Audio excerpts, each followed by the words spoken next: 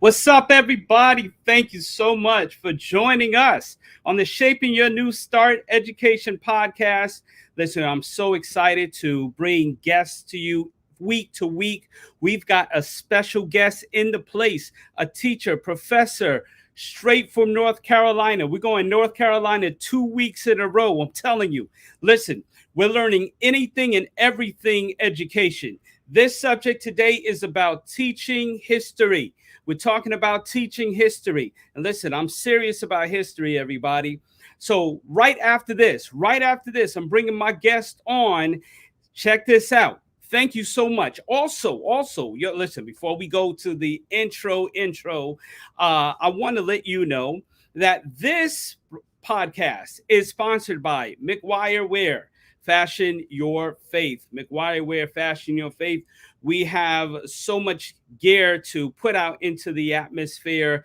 Don't Quit is our newest design. Don't Quit. So you can check us out at McGuire ENT. McGuireENT.com.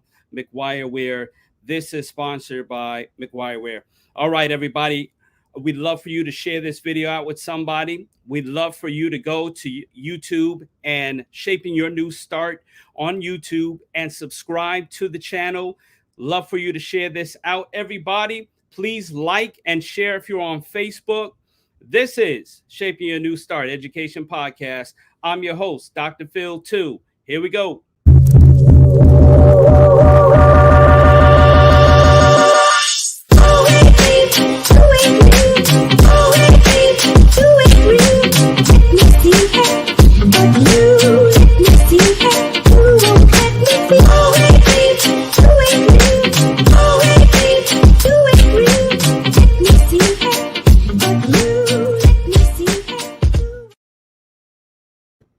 Hey, everybody. I am here with a very special guest, a professor and teacher from North Carolina. Please, everybody, welcome Dr. Stephen Bond.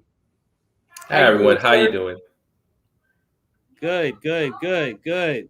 All right, man. Listen, you've been teaching for how long? How long have you been teaching? Currently been teaching for 22 years. Woo! I still love it. You are a vet in the game. Now, have you been teaching at all levels, or what level have you been teaching the most? Mostly high school, but I've done middle, and I've also done the collegiate level, community college. And I've taught pretty much every history subject you think of: war history, American history 1, 2, AP, American government, geography, you name it.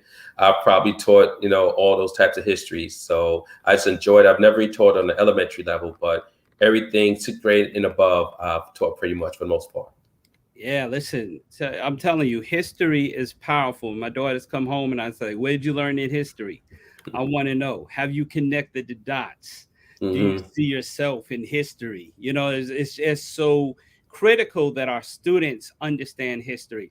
What have you found like the best method of teaching history? And what have you found how much history does students know when they come into your class, and how much are they getting by the time they leave your class? Well, it's interesting. Most of the time, most students do not get a strong history background, social background. And many times, honestly, it's because many times in schools before, they may have had a teacher who's may have been, not against coaches, but they may have somebody who's uncertified or qualified to teach history. And so many times they may come into your room not having a foundational background. And history is one of those classes, and it could be one of the most interesting classes you can have, or it could be one of the most boring classes you can have. It depends on how it's taught. And one of the things I go by, I love using acronyms. One of the acronyms I use when I teach on how history be taught. Even when I've done podcasts, even workshops, I use an acronym RAP. And R stands for making history first relevant.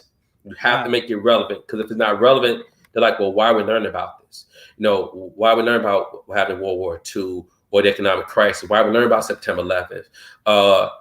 What is the point? And so history wants to be relevant. The letter A is accurate. And one thing I tell even people who teach history, make it accurate. One of the things that you see is sometimes there's good news in history. There's good stories in history because of one big story. But sometimes the stories in history are not a good story. But you still have to tell it. You can't sugarcoat it. And then sometimes people may be offended. Oh, you're talking about racism, you're talking about this. But if it happened, it happened. Right. And I'll give you an example. Speaking of the accurate part, I was in my civic government class. I was talking about how, in 1944, there was a Supreme Court case on country called Matsu versus the United States. And I remember I did a post on Medium.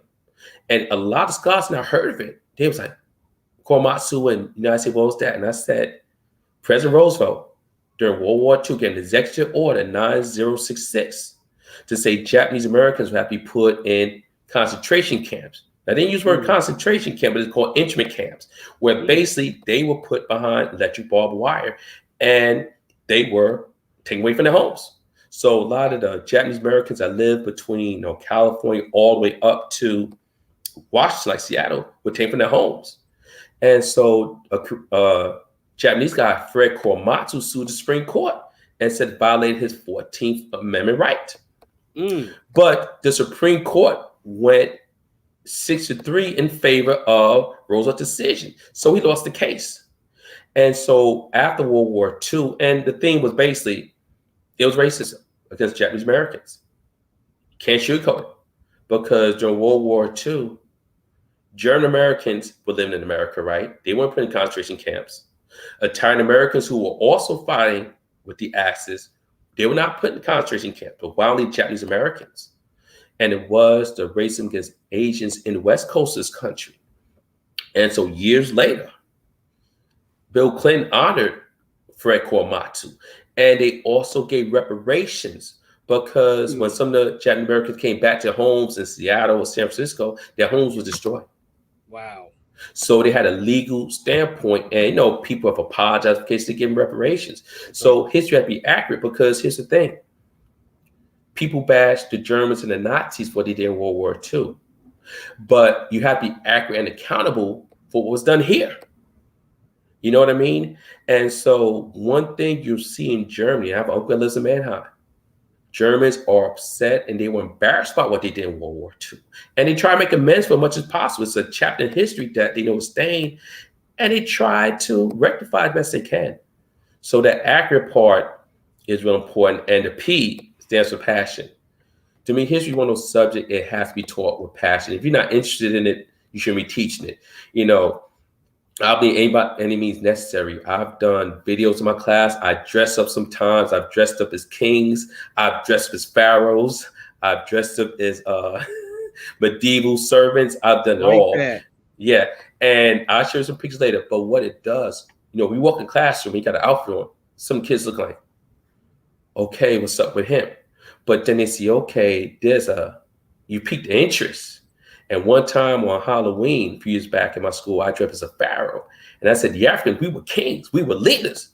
They said, really? I said, yeah, let's look it up right now. And so that passion when you teach history is so important because, like I said, if you just teach it born like in 1922, this happened, right? You lose the interest. When you say the full stories like, oh, Christopher Columbus, 1492, sailed the blue and the world was flat. Come on, man. Kids know the world wasn't flat, so history has to be taught with a passion where you care as much about the subject. So in my civic class and government class, when I taught about Korematsu in the United States, the kids were fascinated. They was like, wow, that was really a decision? I said, yes, it was an executive order. They were put in concentration camps.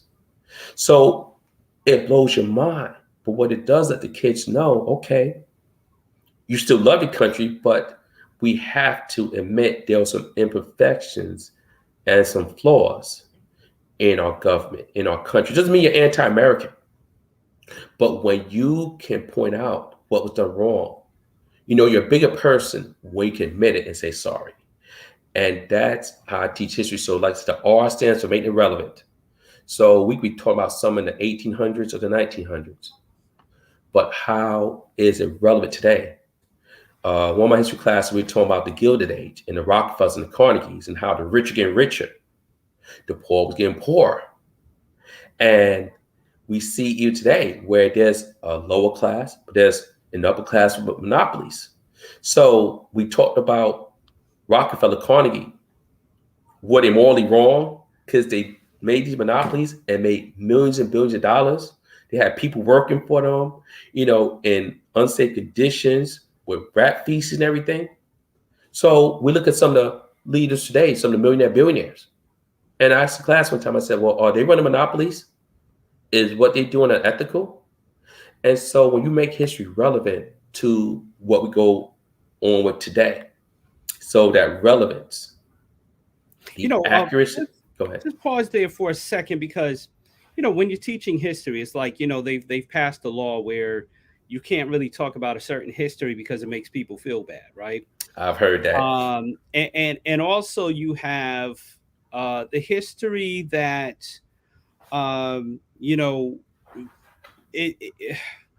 it's been told, like, if you tell this history, you're not patriotic.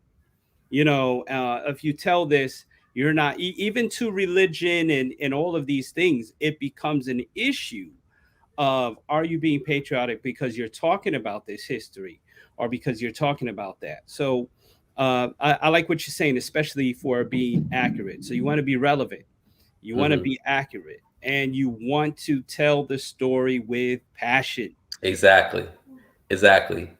And my scholarly class, knowing I get on history topics, I'm into it because I never like that boring teacher, because I've had some history classes in middle school, high school, and college that people look forward to coming to class. Like, wow.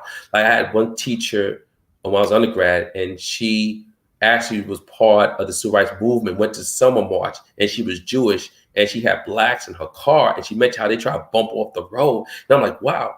I'm listening to this lady who was walking history, and the lady's like 5'1". And I'm like, here she fought for the cause. Because one of the other sometimes misconceptions was that all whites were against the civil rights movement, and that sometimes be dispelled as well.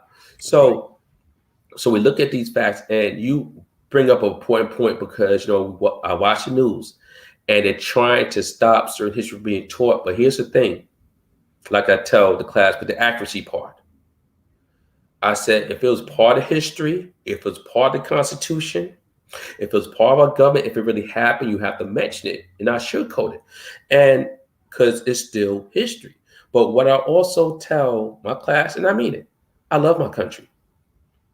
And when you can talk about the good, but also the bad, you're being more honest and you're being more accurate. Absolutely. Because in other words, you can't just say, oh, well, the Germans can't say the Holocaust didn't happen. They know it happened. They got the Bibles to prove it. You can't say slavery didn't happen. We got the records of it. I can go 3 generations and see the slaves from my family from North Carolina. And I was raised in New York. But I can research and find it. So we can look at the Constitution and see that there was a 3/5 compromise. That blacks 3/5 of a person. The forefathers owned slaves. And they try to justify, oh, well, it wasn't that bad. History and DNA don't lie. Right.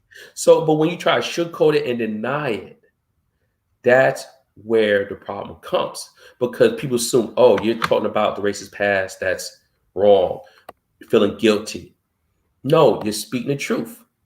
And not just Germany, but when you look at what other countries have done, many times other countries use the healing process by admitting what happened. And I told one of my government classes just today, people talk about the Nuremberg trials in 1946 after World War II. But what was more important than that was when Germany itself, in Frankfurt in 1960, they had their own trials for the Nazis. No, they say, no, we got this thing wrong. We fell for it. We did this. We tortured people. We murdered people. It was racist in nature. But at least they could admit it. And that's the thing, because, when you look at Jim Crow laws, no one likes to admit this, but the Nazis got some of their origin for their laws from the Jim Crow laws. De facto segregation. So yes, the 15th Amendment said black males could vote. But what happened? You went to the voting polls, where they try to shoot you, where they try to burn a cross. So de jure segregation by law, this is it. But the fact was, history tells you how important voting is.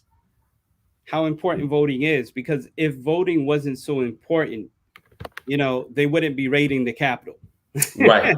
If voting Exactly. wasn't important, they wouldn't be trying to change the laws constantly. You can't give water to the people online, making it harder for people to get to a voting poll or whatever, because voting is so essential. Yet, we're not looking back at history to say how, listen, maybe more of us need to figure out different ways to get to the polls.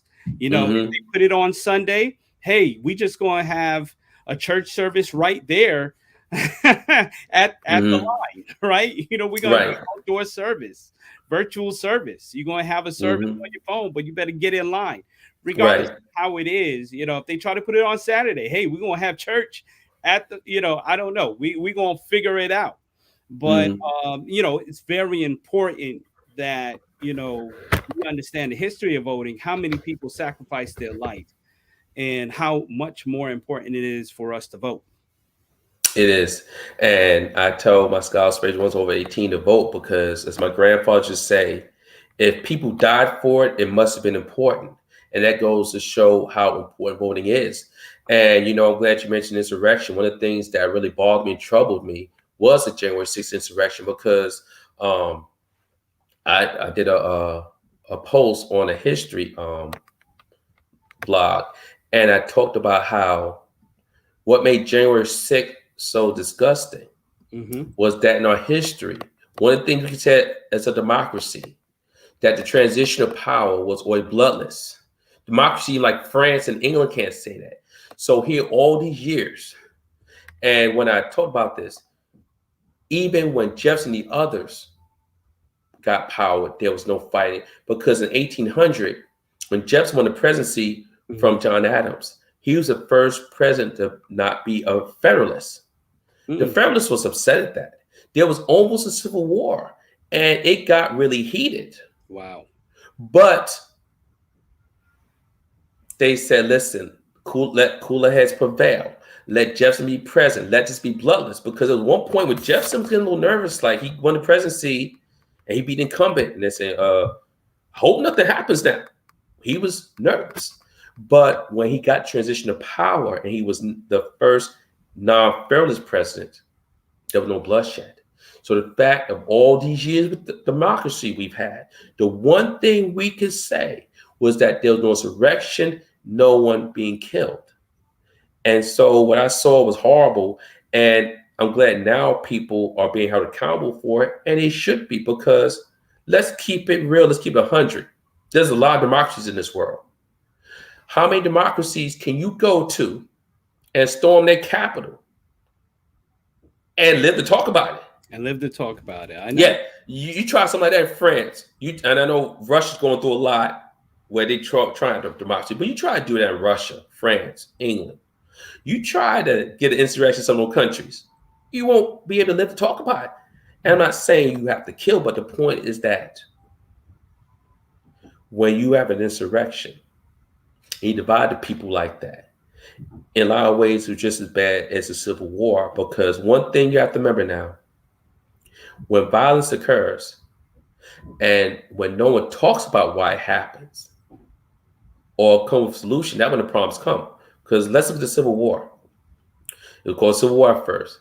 Then the Southerners called it, it's the lost cause. And one of the things I was so happy about in the last couple of years was that all the Confederate statues are being put down. I remember, I remember living in Florida. There was a middle school named after Nathan Bedford Forrest, who pretty much starts the Klan. And so you're not going to see Hitler statues in Germany, Heinrich Himmler, the Gestapo. You're not going to see that. And so what happened was that these statues were put there strategically in the southern states, in Richmond, other areas, to say, we may have lost the physical war in 1865, but guess what? Who really won the war? Because when things were not enforced, guess what? It's as if the Civil War was never fought. So when the Klan was able to take over, when the factor of racism took over, lynchings were occurring, and nobody being held accountable, and the Klan or whatever, it was saying, yeah, we had a Civil War, but guess what? Who really won the war? and it gives you perspective of that. So when you teach history, there's good Mhm. things to our country. Yes, we are a democracy. We've had people from all shades, creeds come to this country. We've been blessed as a nation. We have, and it's Tell good. me, We've been. Go ahead. tell me what has been your experience when you are teaching this to your students? They didn't know all of this history, but now they know. Tell me what they're experiencing when you're teaching this. You know, it's interesting because I look at the face in the comments. I think sometimes, and even with all races, there's like sometimes those shock and awe. Because even in the civic class, while talking about Korematsu and the United States, they was like, wow, America had, they ain't say countries kept internment camps. Yes. So many times there's a shock that America did these things. And I said, yeah, look it up. It was an executive order. You know, kids have Chromebooks and laptops. I saw the first thing they were doing, they're looking up on the Chromebooks. Executive Order 9066, and it was right there. So whereas the history's right there, that's why you have to be accurate. Because as a teacher, not accurate, a kid can Google search or go to history.com and see what you're saying is true or not. So sometimes I do see the shock and awe, but I also see that many scholars like, wow, we glad Bond keep it real with history. So many times they love because they're like, wow, we're getting the real perspective. You know, we're not getting it sugarcoated because they know how I feel about this country. I said, yeah, I love my country. I said, my family members fought in Vietnam. I said, I had 3 uncles who won Purple Hearts in Vietnam. Hmm. You know, got injured, hurt. When they came back, couldn't find a job. One got injured and hurt and was a professor at Liberty City State. But when he was alive, he said, I love my country, and if I do it over again, I would do it. And I mean, he got injured by shrapnel Mm. during a sneak attack with the Viet Cong. But he said, even with all America's flaws, I still love this country. And I think sometimes people realize that Black Americans are very patriotic. Yes, we may talk about the racism in this country, but Yes. think about what war did we not fight in? We fought all of them. And then we look at the history. After the war, what happened? We were treated worse. After the Civil War, we were treated worse. You Yeah. look up the Fort Pillow massacre, where they crucified Black Union soldiers on tent racks. Mm. You look at after World War I, where the Blacks fought valiantly, that they had race riots in Elaine, Arkansas, Rosewood, Florida, all over in Georgia, in Mississippi, Alabama. They had all the race riots when they came back from fighting valiantly. Yeah. After World War II, here African Americans was fighting against racism, fascism, and all the other isms from That's the right. Nazis and Italians and Japanese. But in a segregated brigade, even the Germans like, they got a segregated army. And it's not till 1946 that Truman integrates the army. And now we do talk about the Tuskegee Airmen. And even at Wake Forest, they named their arena after Lawrence Dole. Yep. But when they came back from fighting, they couldn't get a job, they couldn't vote, they were getting shot. I think my And thesis. by the way, to add to what you're saying, my wife's granduncle or great uncle was a Tuskegee Airman. Wow, that's awesome. Yeah, That's so awesome. we've got history. My mother was on the March to Selma. So, you know, I have history right here. And it's important to know the people who have been a part of history, who have fought for the rights. It's important to know even some of the names that we don't necessarily hear about, you know, in the Harlem Renaissance or in, you know, World War II, you know, some of the history. So a lot of times, I guess I want to ask you what name, and I want to get to your book in a minute. What name resonates with you that people don't talk about enough in history? There's a few, and one of the ones, and I was going to mention this, one of the ones that really resonates to me a lot was Medgar Evers. Yeah. I did my thesis as a senior on Medgar Evers, and Medgar Evers, here was a man devoted, fought in the army, fought in the Asian campaign, came to Mm. Mississippi of all states, where nobody tried to do a movement because Martin Luther King said, bad as Alabama was, Mississippi was way worse. He's one, yeah, it's true. He's one of the field secretaries of NAACP. He tried to get people to vote. He was one of the first ones to bring about Emmett Till's murder. Wow. Yeah, he helped. Right. He also helped James Meredith get enrolled in Ole Miss in 1962. And you know about the riot that happened when James Meredith went there. So Mac Evans, one night, June 12th, 1963, after Kennedy's giving a speech about how racism is a moral issue that we need to really do something about, he's assassinated in front of his wife by a man named Byron Taylor Beckwith. That's right. After 2 mistrials, and they had a parade in Mississippi for him where he said, yeah, I killed him, but they thought double jeopardy applied. But they was able to open up the case because the jury, now it was tampered, but was handpicked. So double jeopardy didn't apply. And so Byron Taylor Beckwith, the man who assassinated him, went to jail in his later years. They're like, wait, he's an old man, he's 80 years old. But they said, we got proof. And when they resumed the body of Mac Evans, it was on HBO too. That's right. When it came forensic stuff, his body was still preserved, and they found a piece of the bullet that matched the Enfield rifle gun that Byron Taylor Beckwith had. And so one of the people I always thought was one of the most unsung Mac Evans, because here he tried to start a civil rights movement in the all states, Mississippi. And it was like a death sentence. And here's a crazy thing. Before, Roy Wilkins had spoke to him, and others said, well, Mac, you can move to Los Angeles, you can move to another office. But he says, I love Mississippi. I love Mississippi. Wow. I don't want to leave because I love my country. And sometimes people realize that even with the racism and the hand we've been dealt, that Black Americans, because we are Americans, that's not right. throwing shots at Mr. Mitch, but that's right. What it shows is that we still love our country. So Evans went to another state, and I do racism, but he said, listen, I was born in Mississippi. I want to start a movement. And it cost him his life. So when people say, when you call out racism, not patriotic, it's the opposite. When you don't call out racism or injustices that happen, you try to sugarcoat it, then you basically say, well, it didn't matter. Oh, feelings being hurt. Yeah, it was not an easy process for Nazi Germany to admit the errors of their way.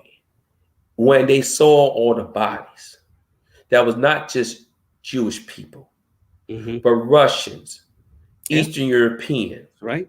Handicapped people. Yep. They had to really look in the mirror and say, agreed with them religiously.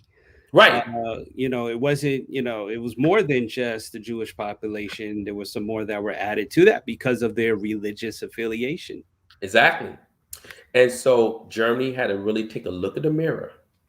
And one of the things that helped too, think about it, when Germany was pretty much destroyed, the Allied powers helped rebuild them and restore the economy. And I think the look was, wait a second, here we did all this wrong. But yet even countries like America helped them rebuild. And so they saw the error of their ways.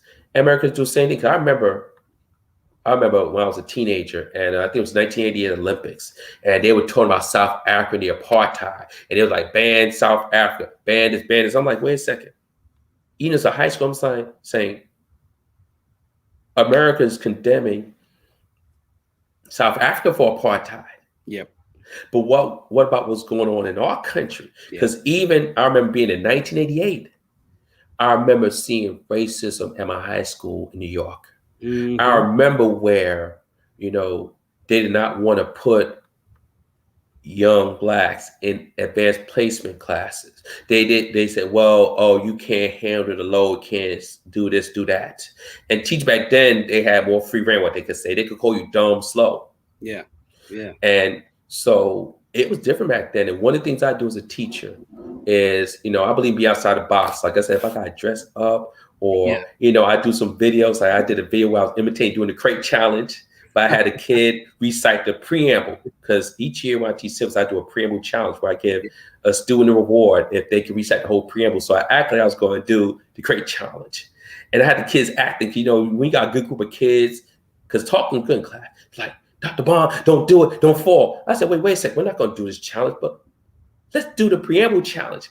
And so when you think outside the box, it makes history more engaging. Like I had one teacher tell me, they was like, Stephen, you're outside the box. And I said, I was never in the box. So, I mean, when you make it creative and different, you pique the interest. That's amazing. That's great. Listen, we're going to go into our little sponsorship mode.